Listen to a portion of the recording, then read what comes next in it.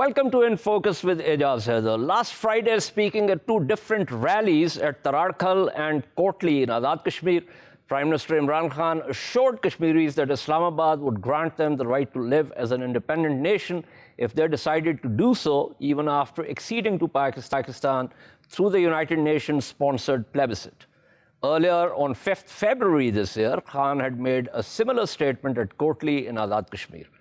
There was much speculation after his February statement because, unfortunately, most ignorant commentators on social media did not realize that Khan was merely saying something which is enshrined in the 1973 Constitution of Pakistan.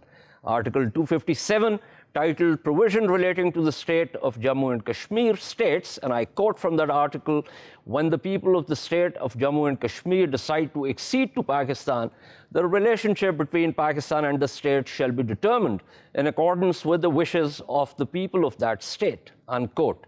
There's a reason behind this. The right to self-determination is an inalienable right, i.e., it cannot be confined to either or choices. However, given the circumstances of partition and the subsequent dispute, the UN Security Council resolutions limited the choice to Kashmiris joining either Pakistan or India. Pakistan's constitutional article therefore rectifies that by unbinding Kashmiris from the either or choice. He said, and that's Prime Minister Imran Khan, a nation, which is the Kashmiris, that had waged a struggle for more than 150 years, had a right to get what it wanted. Remember, the decision has to be made by the Kashmiris themselves, and the day is not far when you will decide about your future status of your own free accord. Khan's words are commendable and in line with the Constitution. That's not a doubt at all. But the provision also means Pakistan must have a different compact with AJK. And that's the topic of our discussion this evening. I'm joined by Ambassador Arif Kamal, career diplomat, who was Pakistan's ambassador to Jordan, Ambassador Rifat Masood, former diplomat, and Pakistan's ambassador to Norway and Iran, and Zafar Qureshi, chairman, Kashmir Campaign Global. Mr. Qureshi belongs to occupied Kashmir and lives in exile in London. Thank you to all my panelists. Let me begin with Ambassador Kamal here. Ambassador Kamal, when I say that, when Prime Minister talks about Article 257, which is a constitutional provision, it also requires a different compact with AJK. And let me refer to your book, which was launched a few months ago, Reminiscence of My Wanderings, in which you talk about different Kashmir when you were, in your later school years, when you were in college. There were a number of state political parties, or what we can call Riyasti Jamaate. And now we have just seen this election happen, and we've been seeing this for the past several elections. In fact, that the Pakistani political parties, the state political parties are almost non-entities now, and the Pakistani political parties play a major role in AJK, and in doing so also bring their political differences in Pakistan on a number of issues to the political stage in Azad Jammu and Kashmir. And I'm just touching on the fringes of this. There are a number of other issues, starting with the Karachi Agreement, which was secret until the Kashmir High Court in 2001 actually asked for it to be produced. So there are a number of issues here. I want to get your opinion on how Pakistan can have a different compact with Azad Jammu and Kashmir. What will be the consequences of that in relation to the Kashmir dispute, and how Pakistan can contrast that from what India has done in occupied and illegally annexed Jammu and Kashmir? Well, sir, if we go back into history, of course, the responsibility which the government of Pakistan has in relation to the territory that we call Azad Kashmir, that is rooted in the 1949 ceasefire arrangements, which gives Pakistan a responsibility in the interim in relation to the security of this region, in as much as it remains under its control, and until the people of the Jammu and Kashmir state exercise their right to choose. So I think there has been an evolution over a period of time. You yourself mentioned about the Karachi Agreement and what else I call it, the Gurumani, the new Gurumanis that have come about. They take it as a conquered territory, and they also prescribe solutions the way they like to prescribe. And I've heard my own colleagues in the past 10 years talking of internalizing, quote unquote, Azad Kashmir, and to get rid of this problem. Now, I have some difficulty in accepting the premise of your discussion. First of all, the statement that Prime Minister made in Tradkhal and in Kotli, if he said that this conformed with 257, then I do not necessarily feel comfortable with this interpretation because the statement seems to be a freak statement, let me put it that way, and not well rooted in the what we call the policy appraisals that do not fall in the domain of one leader. Therefore, it's like, let me put it in a आम आदमी की जुबान में कि पहले मेरे से शादी करो, फिर मैं तुम्हें तलाक दूंगा. This is a cartoon. I'm just depicting that cartoon in my own language. This seems to be something which reflects a confused state of affair. And there must be good or bad reasons for that. I don't say that this is erroneous from his standpoint, but I think, first of all, this may be a bait, please forgive me for this word if I use this, to move forward the process of internalizing whatsoever we possess. And the word referendum itself causes unease. It's not plebiscite. And secondly, a referendum in Kashmir, you can always define and redefine what Kashmir stands for. And tomorrow you can always say this is Kashmir. As the Israeli Prime Minister said, Jordan is Palestine. So Punch is Kashmir. So I think these things would not last for long, especially when you make these statements in a zone that I call as the red zone of Azad Kashmir, the way you find the red flags flying all through the line of control on our side, whether they are the rejectionists or they are the conformists, but the ones who are nationalists at core. So I think this, taken for a minute, that whatever is the premise is correct, I think we need to really refer to this analogy of a film that is to be released and its trailer. And I think you have rightly put that if this is an option in terms of the Pakistani constitution, then what is the trailer of this film to be released in the future? The trailer is so bleak, so disquieting, and that gives the feeling as if those who ever are sitting in Islamabad, whether on this side of the fence or on the other side of the political divide in the Pakistani political scenario, they all look at this as a conquered territory. And therefore, the relationship that continues to exist is a dependency relationship and not that of a relationship where you say the terms and the conditions of accession will be decided by the Kashmiri people themselves. It doesn't reflect that goal in any case. So that compact has to be renegotiated. Yes. Right. Very, very interesting thoughts.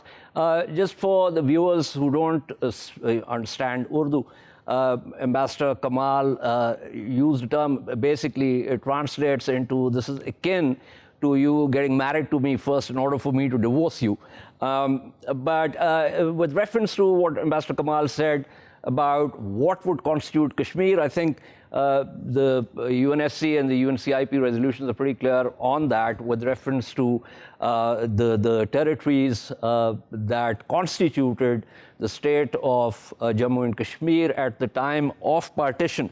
But let me pull in Ambassador Masood into this. Ambassador Masood, you heard my opening, you heard what Ambassador Kamal has said. I'd like to get your view on Ambassador Kamal's view and any other thing that you want to add with reference to this debate. I tend to, I can see what he is trying to say, and he is right in many ways. And also the Prime Minister, when he was speaking at Kotli this year and last year, he was also not saying anything which was incorrect, because as you rightly pointed out in your intro, that it is in our constitution. But I'd just like to take forward something which Ambassador Kamal said, that, you know, when it comes to the issue of Kashmir, we have to be very careful. I remember when I was in India, and I was posted there for 4 years as Deputy High Commissioner, and I would frequently meet the Kashmiri Hurriyat, the Kashmiris from there, from occupied Kashmir. They always had this grouse with us that, you know, we are not clear, and we tend to fluctuate, and we tend to say things which may have a double meaning or may be construed as something else.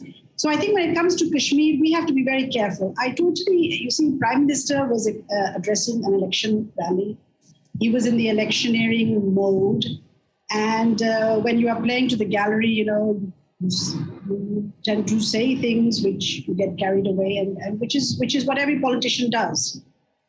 And he's not the only one who said this. I mean, even in the past, politicians have very frivolously sometimes spoken about the Kashmir issue. I think we have to be, because it's an international issue, it's a dispute, it's a very sensitive issue.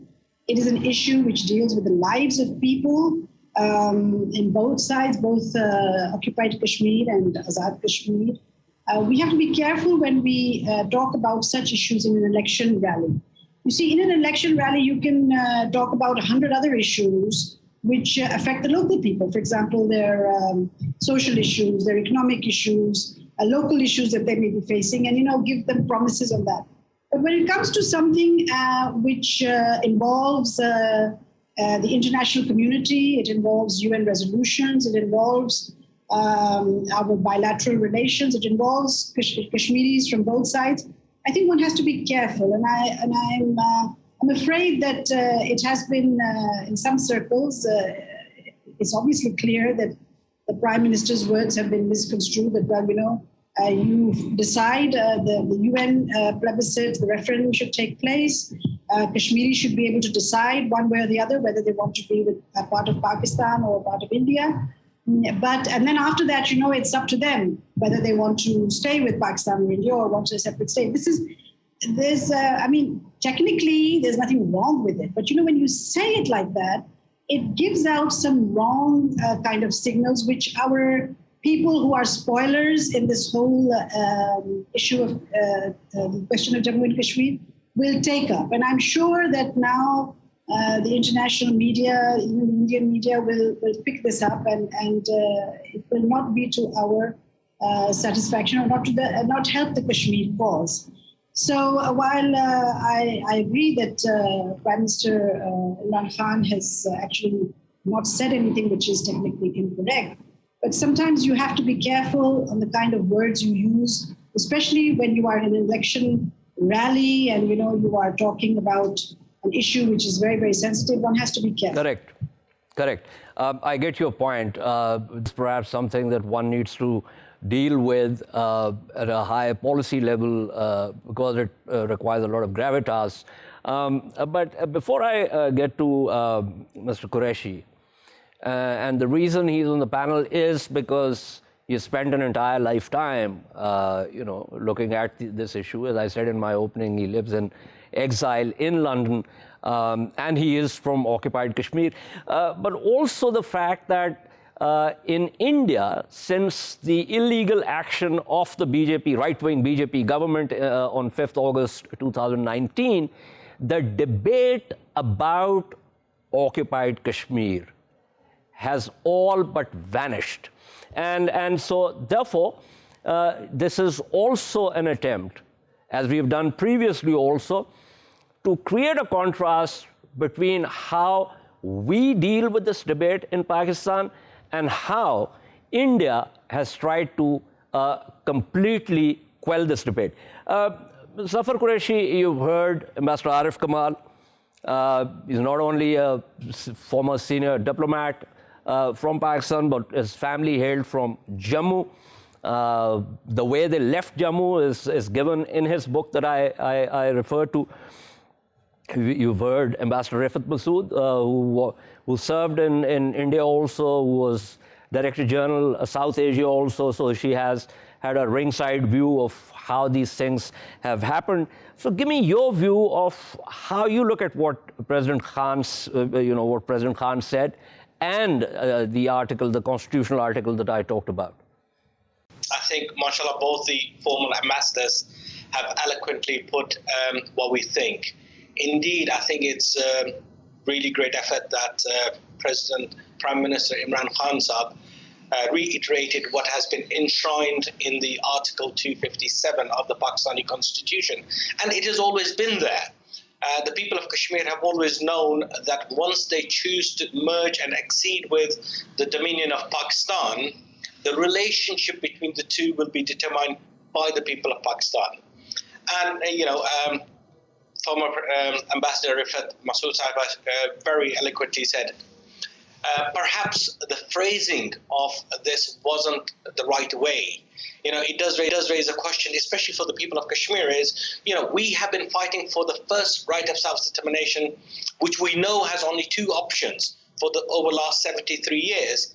And now, do we need to be fighting for another referendum? We are happy with the choices we have. Our struggle has always been, by the majority of the Kashmiris, the right of self-determination as per the existing United Nations Security Council.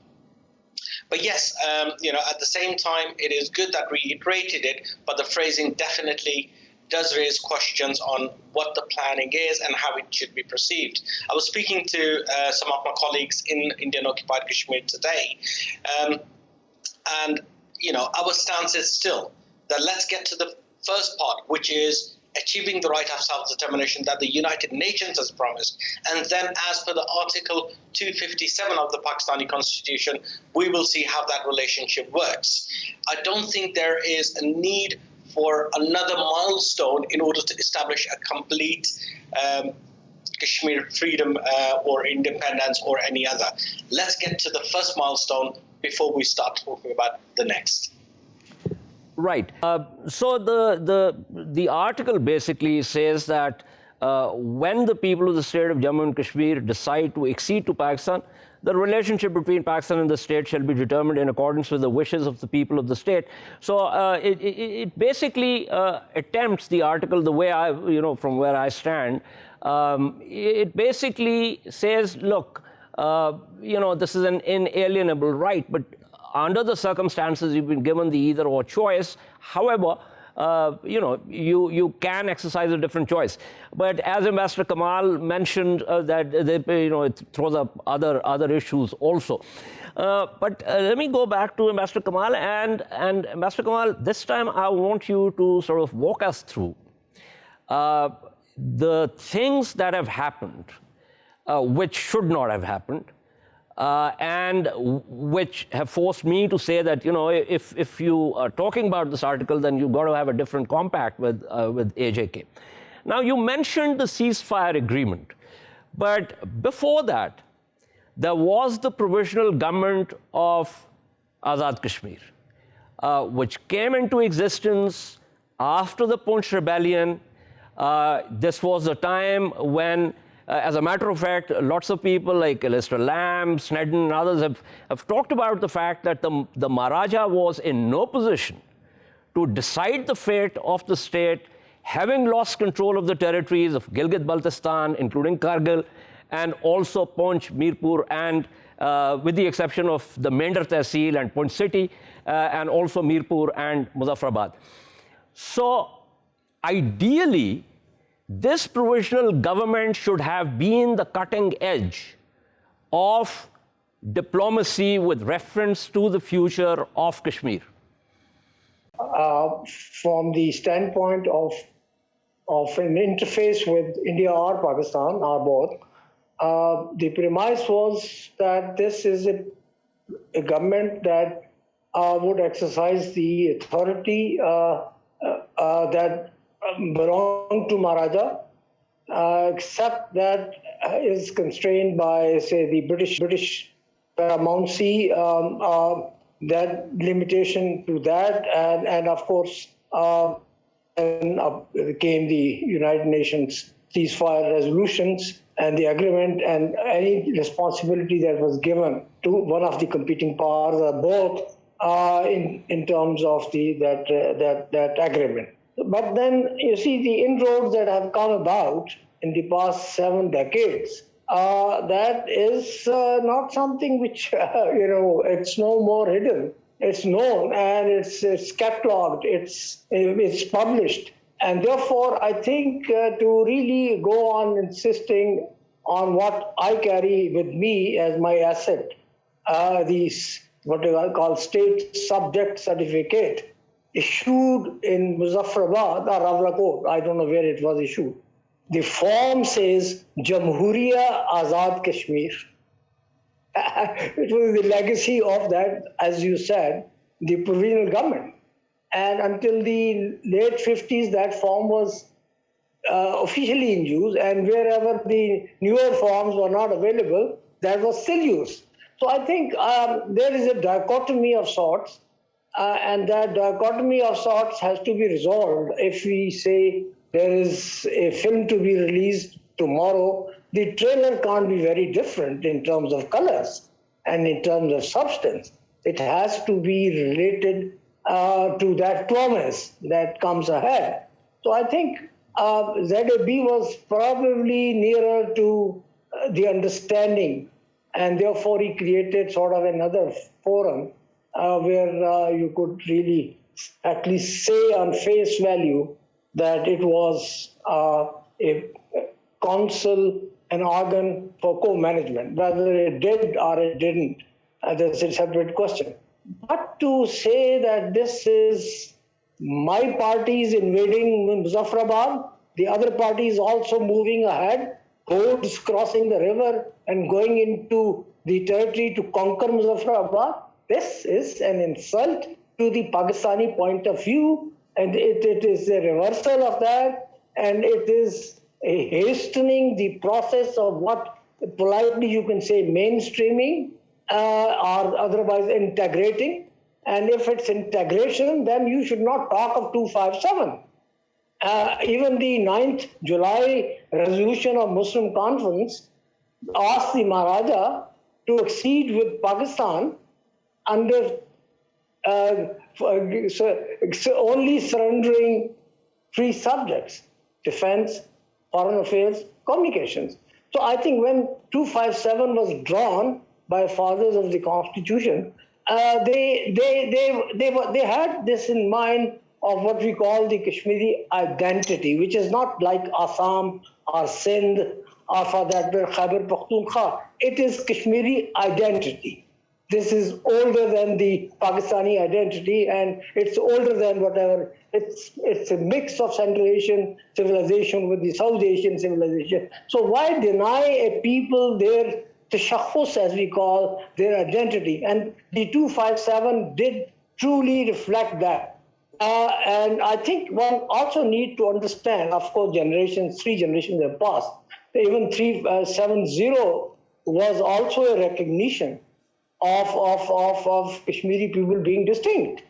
Now, I think now you make expansion in a manner, and you introduce all that is it's simple as that. It's what they call a politely mainstreaming. So I think there is a duality. There is a dichotomy. I get your point. And that must be on. Yes, sir. I get your point. The issue about the Kashmiri identity is, in fact, very important. Before I go to Ambassador Masood, Kashmir's struggle for self-determination, it does not just date back to 14th August 1947. It predates that rupture. So I don't want to go deep into the history. But there's the Kashmiri politician, scholar, and writer, Premnath Bazaz, wrote in his book, Inside Kashmir, which was published in 1941. So 1941, as we all know, is before partition. And this was about the Kashmiri uprising before the jail, in which Kashmiris were martyred. 22 Kashmiris were martyred. This is 13 July, which is actually commemorated on both sides of the artificial line of control. And Mr. Bazaz says, and I'm quoting directly from his book, the driving force behind the mass agitation till the 13th July was the discontent among the rank and file of the Muslims. The attack on the jail was in no way directed against the Hindus, and those who laid down their lives at the jail gate did so fighting against an unsympathetic government. It was a fight of the tyrannized against their tyrants, of the oppressed against the oppressors, unquote. And Snedden, since I mentioned Snedden, and I think this is an important point since we're discussing this, the three important events that occurred before the so-called Instrument of Accession signed by Hari Singh on 26 October 1947, there was the Poonch Uprising, the Jammu Massacre, and the liberation of large areas by Azad forces, later Azad Kashmir Regular Forces, and post-1971, the proud Azad Kashmir Regiment of Pakistan Army from the Dogra rule, and the formation of the AJK government.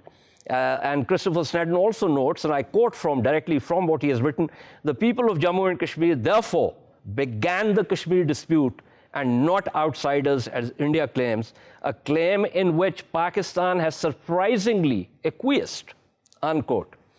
So there is a lot to unpack, Ambassador Masood, and given what is happening in occupied and illegally annexed Kashmir, I think there needs to be an attempt with a lot of, since it is a sensitive matter, with a lot of gravitas, for us to actually puncture through the Indian narrative and rebuild the correct historical narrative associated with the dispute. Yes, you're right. And it's always good to look back at history and learn from it. But, one can also get caught in a lot of rhetoric. And for me, as a Pakistani citizen who has, who's always spoken out for the cause of Kashmir, I think, and has had a lot of interaction with Kashmiris, I think it's always good to, of course, look back at history and to learn from it and to refer to it. But you see, what is happening now today is what matters. And that is what the Kashmiris are concerned about. We have to continue our focus. We have to continue to remain focused on the issue of Kashmir as it is today.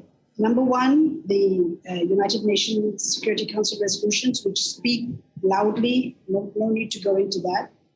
The human rights atrocities that are continuing to take place, and the action of the Indian state in August 5th. Now, these things affect and target the Kashmiris. In fact, and that is what we should be focused on. When we talk about other issues, whether it is our own constitution or whether it is, what will be and what could be, sometimes I feel that we're like putting the cart before the horse.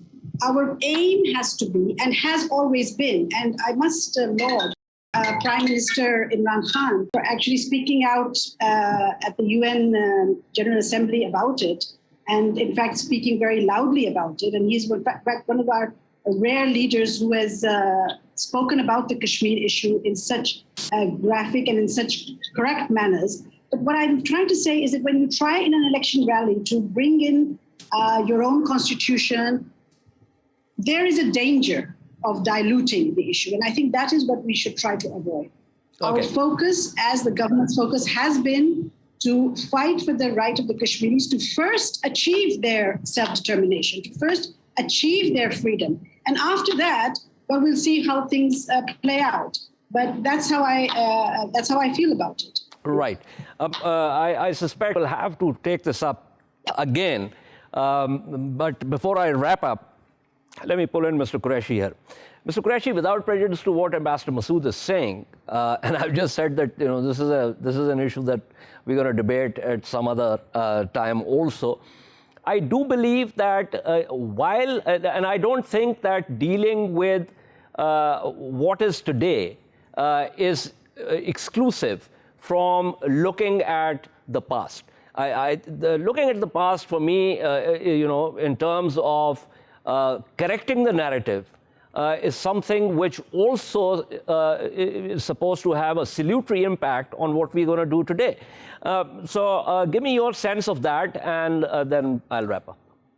I think it's important to understand the history in order to put the narrative correct. I completely agree with that. But at the same time, it's important not to lose the focus on the objectivity that we're trying to achieve.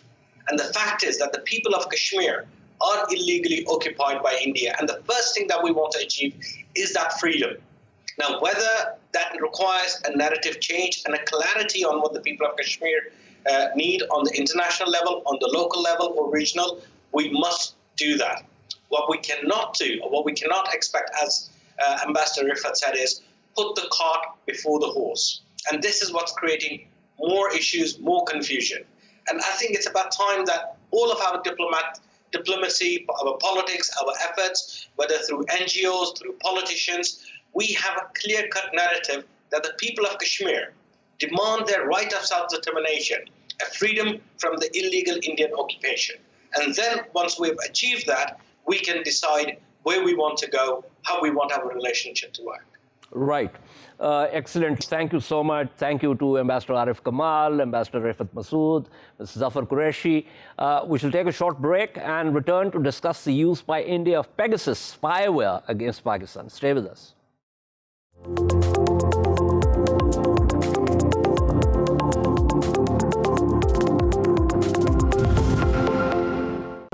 Welcome back to In Focus. By now, it's known that the Indian government was a client of Israeli company NSO and used Pegasus spyware to target phones of Pakistan's Prime Minister, Imran Khan, and certain other officials.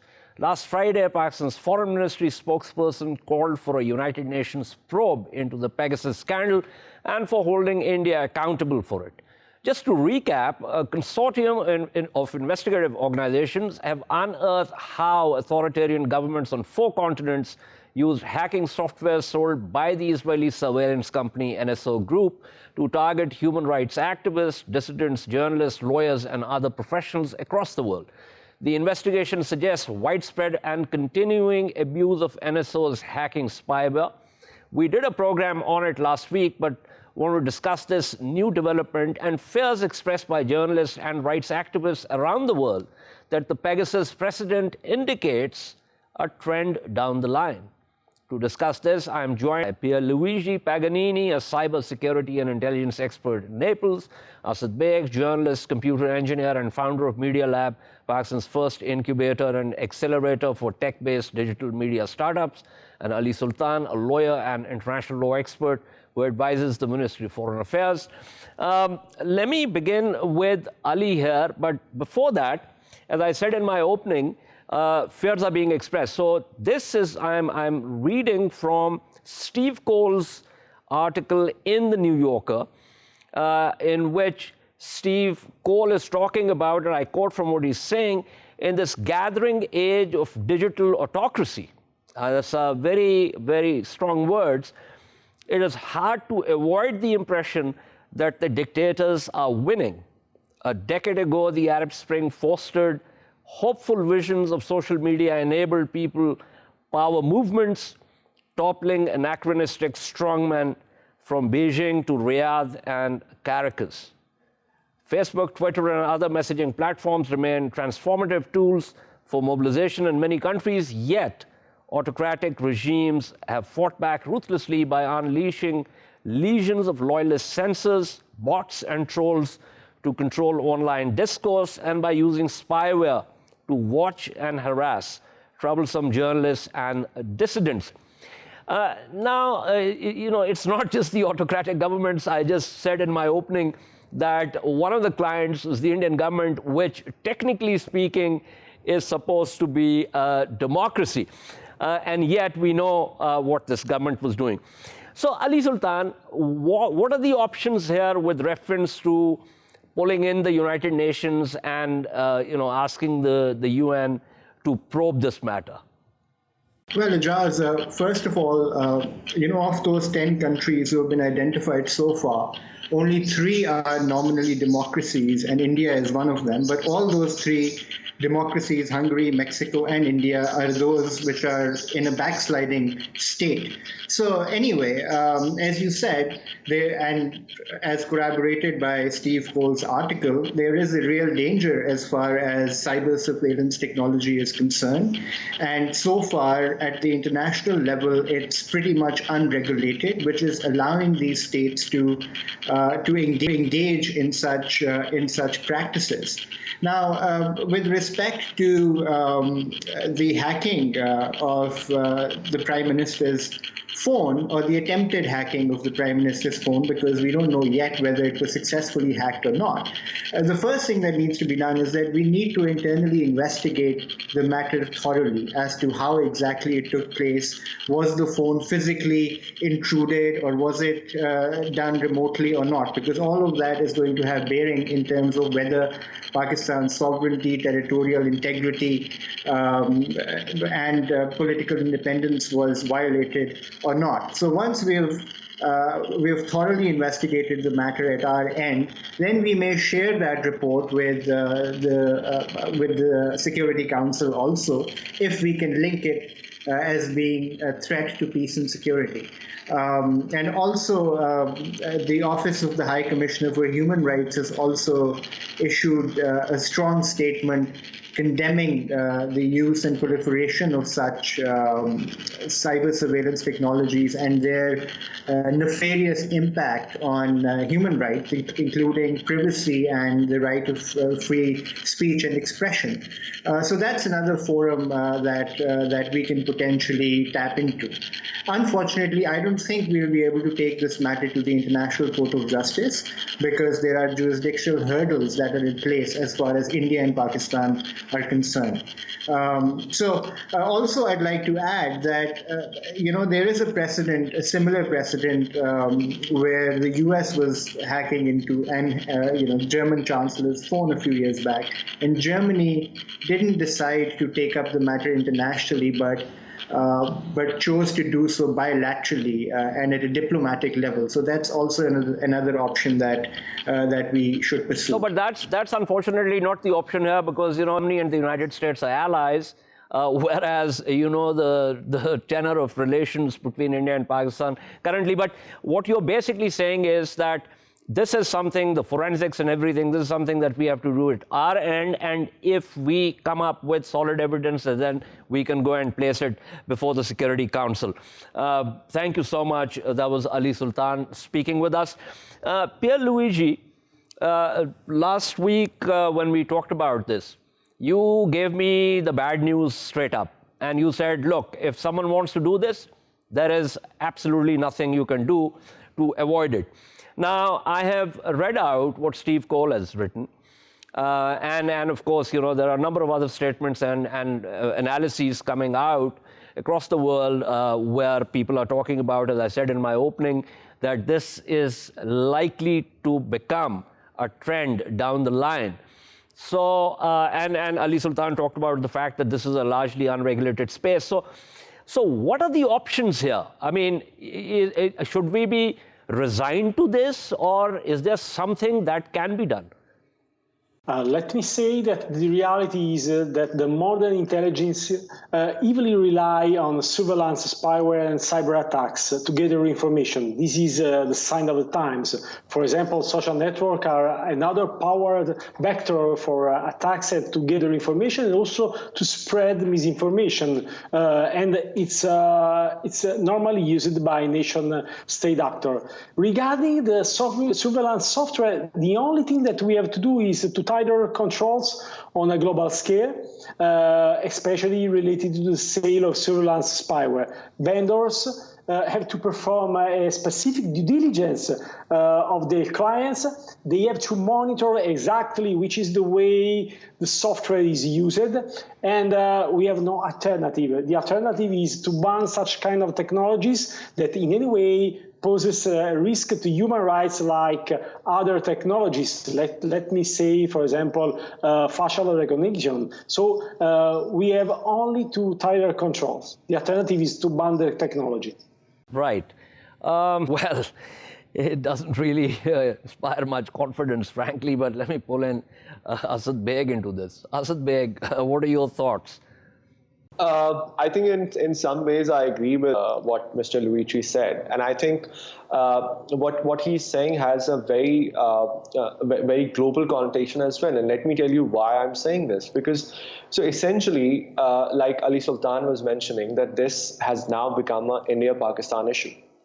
Now, whereas in my view, this has much larger implications. I mean, we're essentially talking about a country here, right? And the country acquires the software or the services or the technology from another company, which we are calling, an Israeli company. Now, this trade or this kind of exchange of technology could have happened in any other way. For instance, can we also think about, let's say, 5 years down the lane in the future, maybe ISIS can acquire this technology from anywhere in the global black market, right? So what then? And if they or any other militant terrorist group in the world have similar abilities to spy on the phones and the data and other kinds of information of world leaders, for instance, how would that change the things? So I think this issue, while context of Pakistan and India, but I think it has a much larger implication, especially when the global idea of terrorism is evolving as well, right? So it's not just the traditional picture that appears in our minds, and I'm sure it appears in the minds of the most people in the West also. That traditional picture that appears, when we say terrorist, now that picture is evolving also. So the point I'm trying to make this is that if India or any other country can acquire this, then what is essentially stopping from a militant group from acquiring similar technologies if it's as simple as acquiring it from any global black market? Now, these are the questions I think that we need to start thinking, because obviously Pakistan has, we have been on the front line in many ways in the fight against terror, and we're still in many ways bearing the brunt of it. Right. So I think these are those questions that are more relevant for the future that we need to start thinking about now. Absolutely. So, Pierluigi, much broader problem. And Asad Beg has talked about the fact that, we now have this problem of autocratic or semi-democratic or semi-autocratic regimes doing this. But what happens if the non-state actors begin to pick up these technologies? Also, there are a number of other emerging technologies which require a lot of capital and a different kind of larger infrastructure to actually produce and manufacture. But this requires, getting high-end coders and fast internet connections and the ability to do programming. And those are capabilities that can be developed by non-state actors also. Basically, you are right. In order to develop software like Pegasus, you need huge resources in terms of capabilities, in terms of research, but also on financial aspects. Because in many cases, organizations like NSO groups could pay specific black hat hackers in order to sell what we call zero-day exploit, that is the software code that is used to trigger specific vulnerabilities. And you are right, but we cannot exclude that also non-station actors could have access to the same technologies. And in fact, in the past, we have also observed very complex, very, let me say, advanced APT groups. When I say APT, I mean advanced persistent threat actors that were financial motivated actors, so they were not working for a specific government, that were starting investing a lot more money in order to find zero-day vulnerability and to use such kind of technologies in their attacks. Yes, we can ban the technologies and we can say to the state that cannot use no more spyware for the surveillance activity. But anyway, let me say also threat actors, cybercrime organization, and also rogue nation can in any way access to the black market in order to acquire specific software. I don't speak about, of course, very, very complex software, but you can also find very useful spyware that are very cheap and can be used in order to carry out hit-and-run operation also against a specific person of interest. Right. That's very interesting. But before I go to Asad Beg, and I'm going to actually place this before Asad. There are two aspects of this. One is the government's getting this and spying on their own nationals, which is what India has done, which is what Azerbaijan was doing, and so on and so forth. The other is where you target another state's, officials, or as in this case, attempted hacking of the Prime Minister's phone and also the phones of some other officials. So there are two levels of this. As far as the interstate issue is concerned, this is something which is likely to happen because if we take one step back from cyber intelligence, we have what we call SIGINT, which is signal intelligence. And one of the most successful and longest running SIGINT operation during the Cold War, which was codenamed Operation Rubicon. It's extremely interesting because the Central Intelligence Agency and BND, which is the German Strategic Intelligence Agency, secretly bought a Swiss company, Crypto AG's coding machine. And it was sold to governments around the world, and no one knew that the BND and the CIA could actually know everything that those governments were doing. So, Asad Beg, here's the thing. This is something because information is power. Power in so many ways, and specifically also when you're actually waging undeclared wars. So it seems to me that just like previously with SIGINT, the cyber intelligence is also something which is going to be extremely attractive for the governments around the world. Completely agree with you, Ijaz, and thank you so much for the background of it. That connects it perfectly, and which also reminds me of one of the points I was trying to make, which I think Ali Sultan raised, that excuse me, that this kind of technologies, when we talk about them, right? Essentially, what are they doing?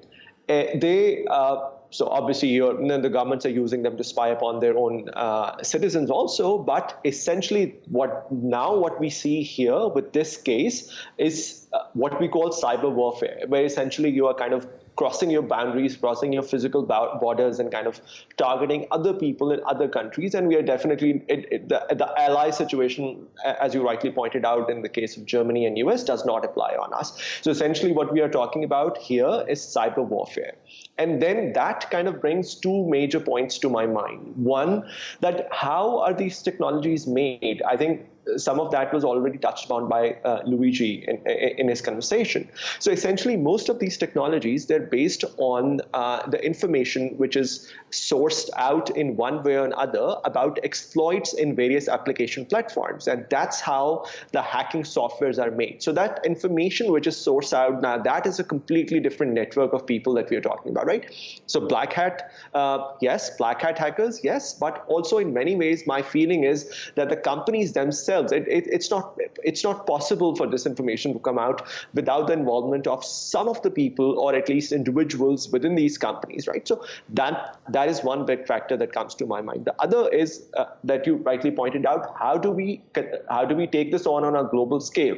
Now, in my view, Pakistan's action to take this to the UN and asking for a UN probe in this is very responsible. And these are the kind of actions I think that we should see more in the future.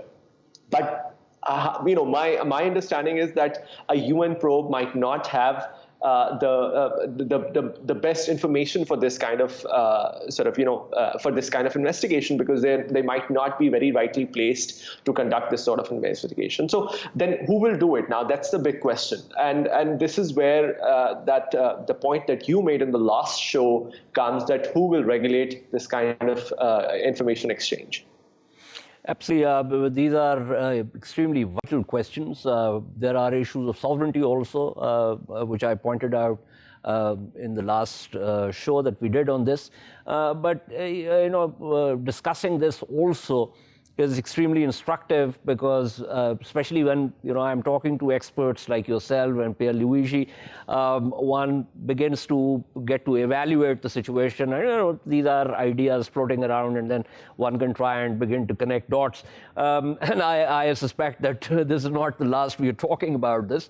But for now, thank you so much to Pierluigi Paganini and Asad Beg, as always. This is all from In Focus this evening. We shall see you tomorrow at the same time. Keep following our latest updates on social media at indus.news. Good night and goodbye.